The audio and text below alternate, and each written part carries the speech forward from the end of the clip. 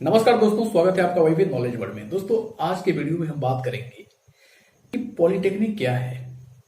Polytechnic क्या है, इसके बारे में सब कुछ आपको मैं बताने वाला हूं। एक एक बातों की जानकारी आपको हम बताएंगे कि पॉलिटेक्निक क्या है, इसकी योग्यता क्या होती है, कौन लोग इसको कर सकते हैं, कितनी एज तक इसको किया जा सकता है, किस ब्रांच को लेना इसमें ज्यादा सही होता है, किस तरीके का कोर्स ये है, कैसी बुकें पढ़ना होता है, ये डिफिकल्ट है या इजी है, कितना इसमें खर्चा आता है, कौन से कॉलेज में करना अच्छा होगा, गवर्नमेंट कॉलेज, प्राइवेट कॉलेज, कैसे इनका कैंपस सिलेक्शन होता है, क्या इसमें स्कोप होता है और इनको क्या वर्क लोकेशन होता है गवर्नमेंट में और प्राइवेट में, क्या इनकी संभावनाएं होती है जॉब की, सारी बातों को डिस्कस करेंगे। और भी बहुत कुछ हम बताने वाले हैं इस वीडियो में, तो पूरी वीडियो पे बने रहिए। और आपसे एक विनम्र निवेदन है कि अगर आप इस चैनल पर नए हो तो चैनल को सब्सक्राइब करके बेल आइकन को प्रेस कर लीजिए, ताकि वाई विद नॉलेज वर्ड की ऐसे और इंटरेस्टिंग वीडियो की नोटिफिकेशन सबसे पहले आपको मिल सके। तो दोस्तों, अक्सर जो युवा लड़के होते हैं जो क्लास 10th में हैं, क्लास 12th में हैं, और ज्यादातर जो लोकेलिटी में लोग रहते हैं ऐसे स्टूडेंट, उनके माइंड में हमेशा एक सपना चल रहा होता है, एक ऐसी इमेजिनेशन चल रही होती है।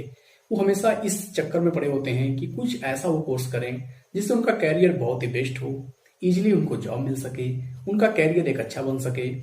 तो दोस्तों, अक्सर आपके लोकेलिटी के लोग, आपके रिलेटिव, आपके घर वाले भी आपको सलाह देते होंगे पॉलिटेक्निक करने के लिए। जी हाँ दोस्तों, इसी पॉलिटेक्निक के बारे में आपको हम सब कुछ बताने वाले हैं। तो नॉर्मली दोस्तों, जो पॉलिटेक्निक होता है ये 3 साल का कोर्स होता है और इसमें कुल 6 सेमेस्टर होते हैं, यानी हर साल आपको 2 सेमेस्टर पढ़ने होते हैं। दोस्तों, पॉलिटेक्निक के बारे में बात की जाए तो इसको करने के लिए जो एलिजिबिलिटी होती है उसको देख लीजिए। इसको मेल और फीमेल दोनों लोग कर सकते हैं, यानी गर्ल्स और बॉयज दोनों लोग कर सकते हैं। ये एक कहा जा सकता है कि एक कम रेट में बहुत ही रियायती कोर्स है। और इसकी एलिजिबिलिटी में मैं आपको बता दूं कि पॉलिटेक्निक आप कई बेसिस पे कर सकते हैं, जैसे कि क्लास 10th के बाद भी कर सकते हैं, क्लास 12th के बाद भी कर सकते हैं, ग्रेजुएशन बीए के बाद या बीएससी के बाद भी कर सकते हैं पॉलिटेक्निक, या आईटीआई के बाद भी पॉलिटेक्निक कर सकते हैं। अगर आप क्लास 10th के बाद पॉलिटेक्निक करते हैं तो पॉलिटेक्निक कुल आपको 3 साल करना पड़ता है। और अगर आप क्लास 12th के बाद लेटरल एंट्री लेना चाहें तो आपको सीधे पॉलिटेक्निक के सेकेंड ईयर में एडमिशन मिल जाएगा। यानी क्लास 12th के बाद आप चाहें तो पॉलिटेक्निक 2 साल में ही कंप्लीट कर सकते हैं। और अगर आप पॉलिटेक्निक आईटीआई की बात करते हैं तब भी आपको पॉलिटेक्निक 2 साल का पड़ेगा। तो दोस्तों, इसको करने के लिए बेसिकली आपका मैथमेटिक्स ग्रुप होना जरूरी है, मैथ्स ग्रुप होना जरूरी है, और मैथ्स और साइंस और इंग्लिश ये सब्जेक्ट पॉलिटेक्निक के लिए जरूरी है। दोस्तों, पॉलिटेक्निक में और आगे बढ़ें तो मिनिमम परसेंटेज को जान लीजिए। पॉलिटेक्निक करने के लिए आपके कम से कम 40% जो SC/ST स्टूडेंट हैं, ओबीसी स्टूडेंट के लिए 45%, और जो जनरल स्टूडेंट होते हैं इनके लिए कम से कम आपके जो एकेडमिक एजुकेशन में 50% मार्क्स का होना जरूरी है। अब दोस्तों, ये तो हो गया एलिजिबिलिटी। अब थोड़ा सा हम लोग आगे बढ़ते हैं और पॉलिटेक्निक के बारे में और कुछ जानते हैं। तो दोस्तों, सबसे पहले हम लोग बात कर लेते हैं थोड़ा सा कि फी स्ट्रक्चर इनका क्या होता है, कितना फी देना होता है। तो फी तो दोस्तों ऐसा है कि जो गवर्नमेंट कॉलेज होते हैं इनकी फी कम होती है। इनकी फी 12 से 14 हजार रुपए तक 1 साल की होती है। और स्कॉलरशिप अगर आपकी वापस आ जाती है तो आपको ये कोर्स बिल्कुल 0 रुपये में पड़ता है। इसके अलावा गवर्नमेंट कॉलेज में और कोई खर्च नहीं होता है। वहीं अगर हम प्राइवेट कॉलेज की बात करें तो प्राइवेट कॉलेज की सबकी फीस जो होती है उनका अलग अलग डिमांड होता है। कुछ कॉलेज ऐसे हैं जो 40 हजार रुपए तक चार्ज करते हैं, लेकिन 40 हजार रुपए के बाद भी उनको बहुत सारे अतिरिक्त खर्च होते हैं जो साल में आपसे लेते रहते हैं वो। तो इस तरीके से उनका कुल 1 साल का 50 हजार रुपए तक खर्च पड़ जाता है। यानी प्राइवेट कॉलेज से करते हैं तो आपको 1.5 लाख रुपए तक खर्च पड़ जाता है। अगर स्कॉलरशिप आ जाती है तो प्राइवेट कॉलेज में भी आपको बहुत ज्यादा पैसे नहीं लगेंगे। अब दोस्तों, इसमें होता क्या, कुछ ऐसे भी प्राइवेट कॉलेज हैं जो स्कॉलरशिप पे एडमिशन करते हैं, जिसमें आपको 2-4-5 हजार रुपये बस देना होता है, और जो स्कॉलरशिप आएगी वो लोग रख लेंगे। उसके अलावा आपको कुछ नहीं खर्च करना होगा। तो ये भी सही है, इस तरीके से भी एडमिशन मिल सकता है। अब दोस्तों, हम बात करते हैं कि एडमिशन प्रोसेस क्या होता है पॉलिटेक्निक में। तो देखिए दोस्तों, जो पॉलिटेक्निक में एडमिशन प्रोसेस होता है ये कुल 2 तरीके से होता है। बेसिकली जो नॉर्मल तरीके से होता है, एक तो होता है एंट्रेंस। तो एंट्रेंस हर प्रदेश में जो राज्य सरकार होती है इसके लिए पॉलिटेक्निक के लिए एंट्रेंस आयोजित करती है, जिसमें परीक्षाएं होती हैं। बेसिकली 10th या जो लेटरल एंट्री में एडमिशन लेना चाहते हैं उनके लिए क्लास 12th लेवल के जो फिजिक्स, केमिस्ट्री, बायोलॉजी इनसे जुड़े प्रश्नों को पूछा जाता है। उसमें उसमें जिसके अच्छे मार्क्स आते हैं तो उनकी रैंक बढ़िया बनती है। रैंक के अनुसार आपको काउंसलिंग करना होता है। अब मान लीजिए आपके रैंक बहुत ही कम है तो आपको बहुत अच्छा कॉलेज मिल सकता है, मनचाही ब्रांच गवर्नमेंट कॉलेज में मिल सकती है। आप तो जानते हैं कि गवर्नमेंट कॉलेज जो होता है वो हर जिले में लगभग एक एक गवर्नमेंट कॉलेज होते हैं। कुछ ऐसे भी जिले हैं कि जिनमें एक से ज्यादा भी गवर्नमेंट कॉलेज होते हैं। तो उसमें बेसिकली जिसके मार्क्स अच्छे आएंगे तो उनकी रैंक कम लगेगी। रैंक कम होगी, जितना ही कम होगी आपको मन मुताबिक आप जो ब्रांच चाहेंगे, जिस कॉलेज में चाहेंगे उसमें आपको मिल जाएगा।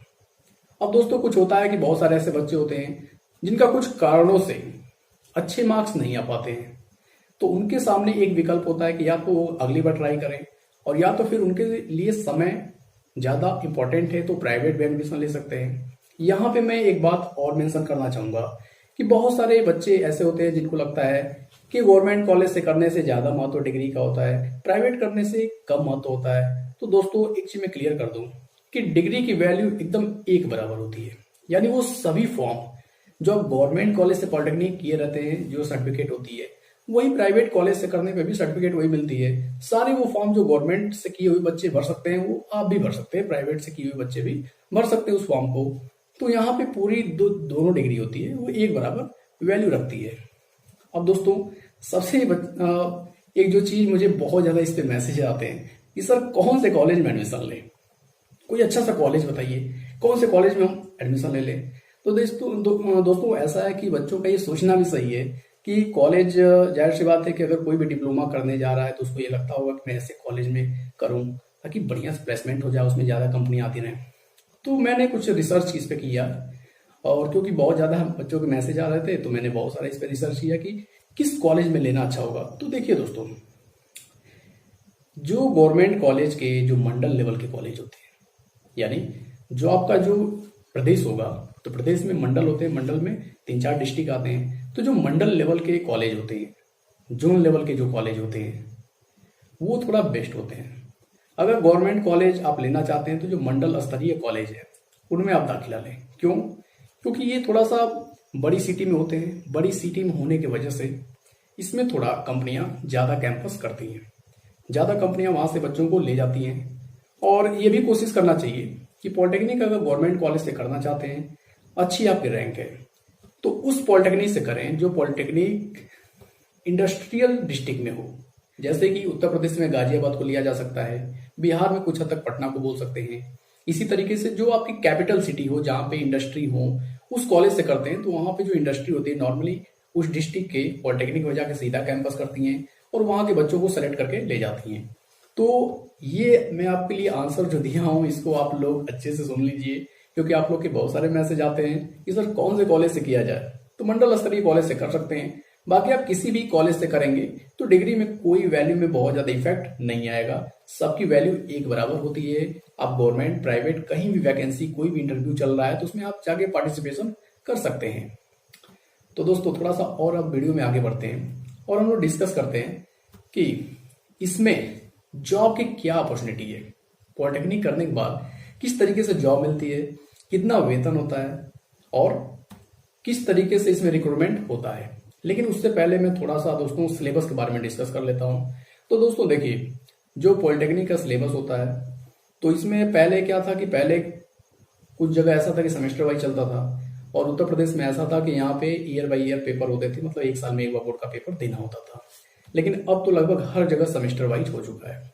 तो इस तरीके से करके हर सेमेस्टर में आपको 4 बुक मेन रूप से पढ़नी होती है और एक वर्कशॉप प्रैक्टिस की बुक होती है। मतलब ये मान के चलिए कि 5 बुक या मैक्सिमम कह सकते हैं कभी कभी 6 बुक किसी किसी सेमेस्टर में। तो 5 से 6 बुक एक सेमेस्टर में होता है, जिसमें से अगर मेन रूप से देखा जाए तो 4 या 5 बुक ही होता है जो एक सेमेस्टर में आपको पढ़ना होता है। इसी तरीके से 4-4, 5-5 बुक हर सेमेस्टर में पढ़ने होते हैं और हर सेमेस्टर में प्रैक्टिकल की कुछ बुकें होती हैं, कुछ वर्कशॉप की बुकें होती हैं, वो एडिशनल होती हैं, उसमें लगी रहती हैं। और कोर्स की बात की जाए दोस्तों तो बहुत सारे बच्चे ये भी कहते हैं कि सर कोर्स हिंदी में होता है कि इंग्लिश में होता है। तो दोस्तों देखिए, जो पॉलिटेक्निक की बुक होती है वो इंग्लिश में भी अवेलेबल होती है, हिंदी में भी अवेलेबल होती है। आप हिंदी भी लिखिए और अगर आपको इंग्लिश आ रही है तो इंग्लिश भी आप लिख सकते हैं। या दोनों को मिक्स रूप में लिख सकते हैं।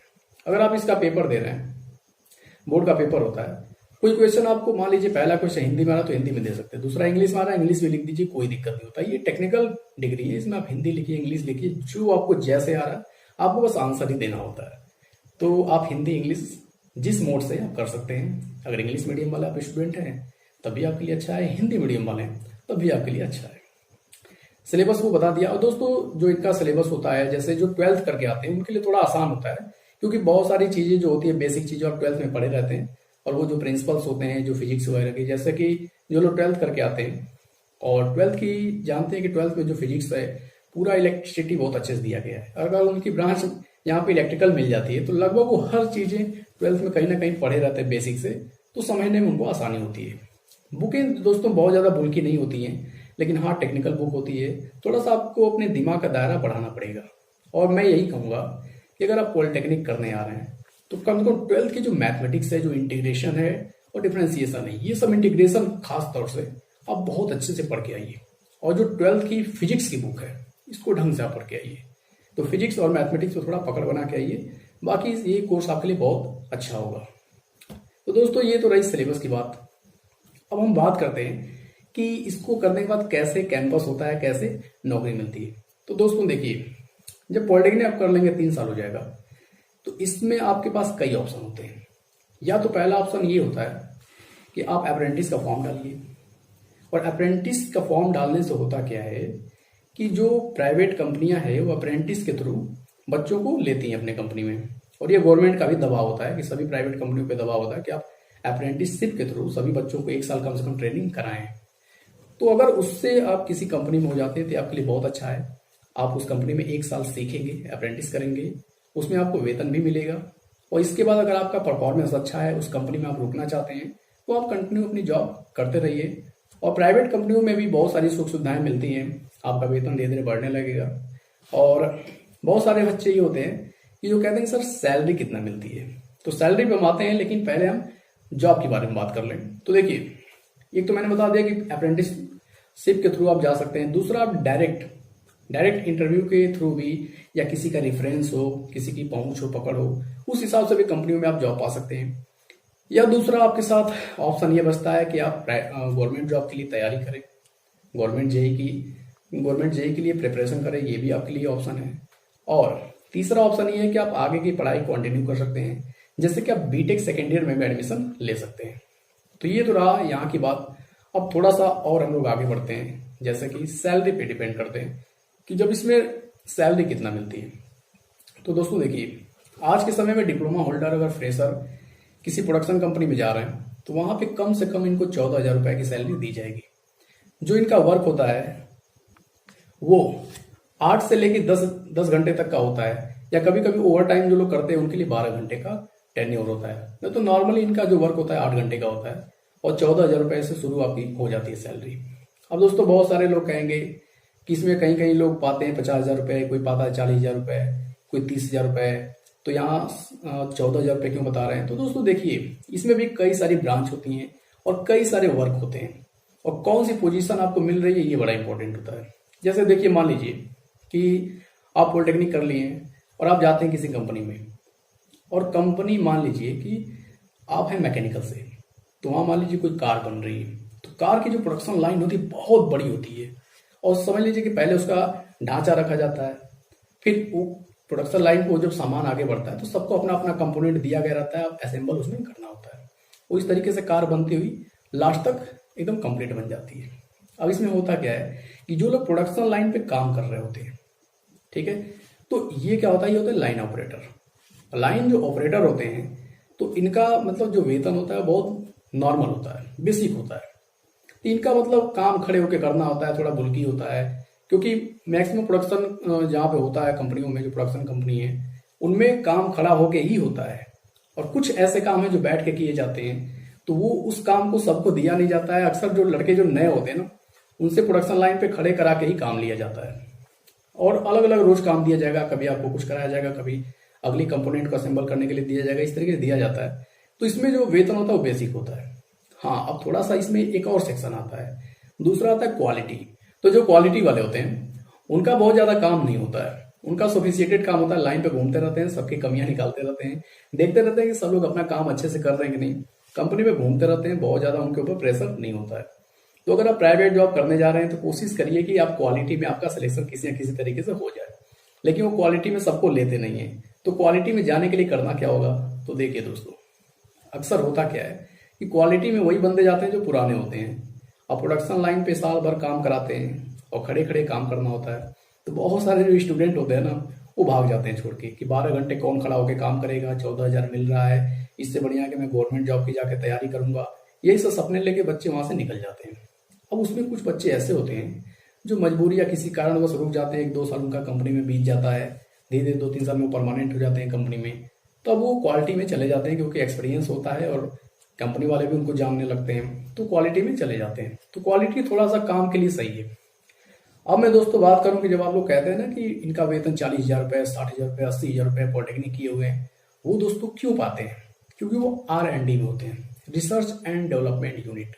हर कंपनियों में, चाहे मोबाइल की कंपनी हो, टीवी की कंपनी हो, ऑटोमोबाइल की कंपनी हो, किसी भी तरह की कंपनी हो, उसमें एक R&D होता है, रिसर्च एंड डेवलपमेंट। वहां पे रिसर्च हो रहा होता है कि जो प्रोडक्ट बन रहा है ये कैसा बन रहा है। उसमें जो टेक्निकल जो चीजें होती है ना, असली जो इंजीनियरिंग वाला काम होता है वो रिसर्च एंड डेवलपमेंट में होता है। और इसमें बहुत रेयर लड़कों को लिया जाता है। समझ लीजिए कि कंपनी में जो 5 साल 6 साल पुराने हो गए हैं, बहुत ज्यादा उनकी रेफरेंस से पकड़ है, पहुंचे, तो उसमें किसी तरह वो चले जाते हैं, उनका वेतन इस तरीके से होता है। या R&D के लिए वो लोग जो बड़े बड़े बीटेक कॉलेज हैं, अच्छे किस्म के जो गवर्नमेंट कॉलेज हैं, वहां से सीधे कैंपस वो ले लेते हैं। तो R&D एक अच्छा विकल्प होता है, उसमें थोड़ा वेतन आपको अच्छा मिलता है और फैसिलिटी भी बहुत अच्छी मिलती है। तो दोस्तों ये तो रहा जॉब की बात। दोस्तों अब बात करते हैं कि पॉलिटेक्निक में जॉब स्कोप क्या है। तो दोस्तों इसमें कोई शक नहीं है कि पॉलिटेक्निक कम से कम और जो कोर्सेज होते हैं उनसे तो बहुत ही अच्छा है, टेक्निकल कोर्स है। कम से कम आपको 15,000 की जॉब ही तो मिल जा रही है आज के समय में। समझ लीजिए कि जो बेरोजगारी चल रही है, जो अनएम्प्लॉयमेंट चल रहा है, उसमें तो ये बहुत ही सही। कम से कम प्राइवेट जॉब के ऑप्शन है, चाहे सैलरी कम रहे या ज्यादा रहे, वो तो आपके एफर्ट के ऊपर है। आप प्रयास करके मेहनत करके उसको बढ़ा सकते हैं, लेकिन कम से कम प्राइवेट जॉब तो मिल जा रही है। गवर्नमेंट जॉब तो कम है, लेकिन प्राइवेट जॉब तो है, आपको इजिली जॉब मिल सकती है अगर शुरू में आप कोशिश करते हैं तो। लेकिन आप 3-4 साल बैठ जाएंगे गवर्नमेंट जॉब की तैयारी करते हुए, तो फिर प्राइवेट में जाना, मूव करना बहुत मुश्किल हो जाता है, आप मुकाम नहीं हासिल कर पाएंगे। तो अगर आप प्राइवेट पॉलिटेक्निक में आ रहे हैं तो कोशिश करिए कि प्राइवेट में कैरियर बनाने के लिए आप तैयार रहिए, तब आइए। वरना अगर जो लोग ये सोच रहे हैं कि मैं पॉलिटेक्निक करके एकदम करूंगा तो गवर्नमेंट जॉब ही करूंगा, तो ये एक रिस्क होता है। इसमें आप गवर्नमेंट जॉब पा भी सकते हैं और 3-4 साल आपने समय गंवा दिया तो फिर आप कोई प्राइवेट कंपनी आपको लेगी ही नहीं, क्योंकि प्राइवेट कंपनी अक्सर फ्रेशर को ही पसंद करते हैं। फ्रेशर या जिसका पॉलिटेक्निक अभी 1 साल 2 साल बीता हो, उसी को लेते हैं। जब 3-4 साल 5 साल बीत जाते हैं तो अक्सर वो लेना पसंद नहीं करते हैं। तो दोस्तों अगर प्राइवेट जॉब की बात करूं तो इसमें अवसर तो अच्छा है, लेकिन अगर गवर्नमेंट जॉब की बात करूं तो दोस्तों गवर्नमेंट जॉब बहुत इसमें सीमित है। पहले तो गवर्नमेंट जॉब आती भी थी, लेकिन आप तो जानते होंगे कि हमारे देश में निजीकरण कितना तेजी से फैल रहा है। और सरकार ने फैसला भी किया है कि जो 300 महारत्ना नवरत्ना जो कंपनियां थी, जिस तरीके से जहां पे पॉलिटेक्निक अच्छी खासी वैकेंसी आती थी, गवर्नमेंट जॉब मिलती थी, उनमें से बस 23 कंपनियां जो रक्षा क्षेत्र की कंपनियां और कुछ मुख्य कंपनियों को छोड़ के बाकी सबको निजीकरण कर दिया जाएगा, प्राइवेटाइजेशन कर दिया जाएगा। जिससे अब क्या होगा कि इससे सभी जो पॉलिटेक्निक थे, जो डिप्लोमा होल्डर थे, उनकी जो वैकेंसी थी ये सीधे प्रभावित होगी। सरकारी नौकरियां बहुत ही कम रह जाएंगी। सरकारी नौकरियां कुछ रह जाएंगी तो वो सिविल इंजीनियरिंग से जुड़ी हुई नौकरियां रह जाएंगी, वरना और बाकी डिपार्टमेंट से जुड़ी हुई नौकरियां बहुत ही रेयर रह जाएंगी। और मैं बता दूंगा कि इलेक्ट्रिकल में जो गवर्नमेंट जॉब है ये भी आज आपको देखने को कहीं मिल रही है, वरना ये भी देखने को नहीं मिलेंगी। क्योंकि बिजली दोस्तों ऐसा है ना कि इलेक्ट्रिसिटी डिपार्टमेंट कहीं भी हो वो लगभग निजीकरण में जा ही चुका है। हर जगह कारपोरेशन घुस गया है, मैनेजमेंट घुस गया है। इनका वो गवर्नमेंट जॉब में बहुत कैरियर अब रह नहीं गया है। जो आप तो देख ही रहेंगे, जो पावर कारपोरेशन है जगह जगह इनके जो MU साइन हो रहे हैं ताकि उनको प्राइवेटाइजेशन किया जा सके। तो इलेक्ट्रिकल तो बहुत ही समय समझ लीजिए कि गवर्नमेंट जॉब इसमें बहुत तेजी से कम हुआ है, क्योंकि पहले सरकारी जेई बनते थे, लेकिन जब से जो बिजली है उसको प्राइवेट के हाथों में दिया जाने लगा तो इसमें अपॉर्चुनिटी धीरे धीरे कम हो जाएगी। अभी तो वैकेंसी आपको थोड़ा बहुत दिख सकती है, लेकिन आगे चल के कम हो जाएंगी। तो जो बहुत कोर वैकेंसी बचेंगी वो सिविल में बचेंगी, जैसे PWD है और बाकी चीजें हैं। इनकी वैकेंसी बहुत सीमित होती है, कुछ सीटें आती हैं, लेकिन वो भी है कि सिविल लेंगे तब लोग को पायलट का फॉर्म नहीं डाल पाएंगे। लोग को पायलट की 20 या 25 वैकेंसी आती है, हर 3 साल पे आती है। तो सिविल से करने के बाद उससे आप हाथ धो बैठेंगे। तो कहीं ना कहीं देखिए गवर्नमेंट जॉब में बस यही कहूंगा कि प्रॉब्लम तो है, और जो नौकरियां आपको आ रही हैं वो कितने दिन आएगी इसकी कोई गारंटी नहीं है।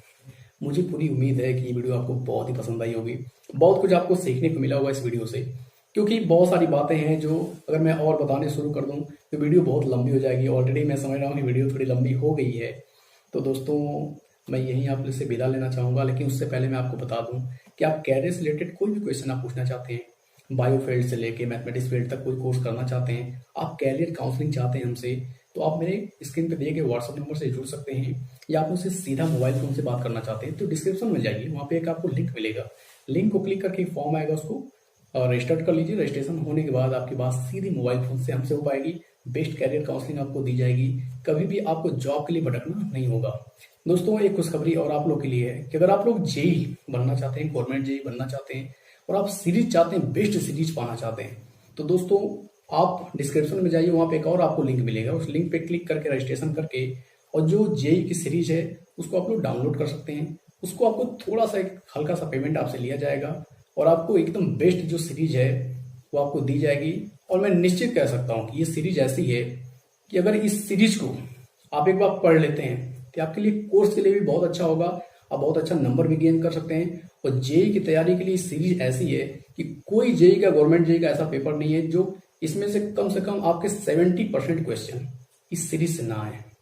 बेस्ट सीरीज है, बहुत ही मेहनत की है इस सीरीज को बनाने के लिए और दिन रात मेहनत करके ये सीरीज स्पेशली मैंने खुद तैयार किया है ताकि जो बच्चे उनको इस तरीके की एक प्रैक्टिस सीरीज दिया जा सके, एक ऐसी कोर्स मटेरियल दिया जा सके जिससे गवर्नमेंट जो जेई है उसको 1 साल के भीतर कंप्लीट किया जा सके, गवर्नमेंट जेई की नौकरी लिया जा सके।